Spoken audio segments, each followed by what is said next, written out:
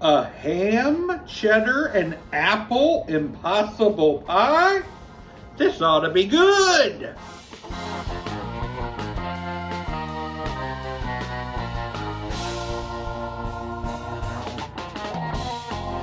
Let's prep that pie dish. Start with some cubed ham, a cup of shredded cheddar cheese, 4 sliced green onions, 1 chopped apple.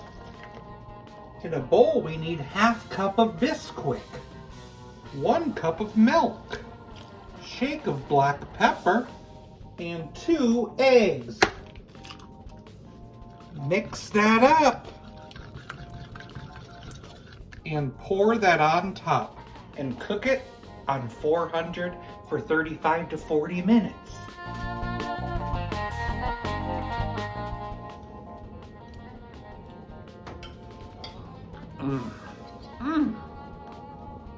Such wonderful flavors.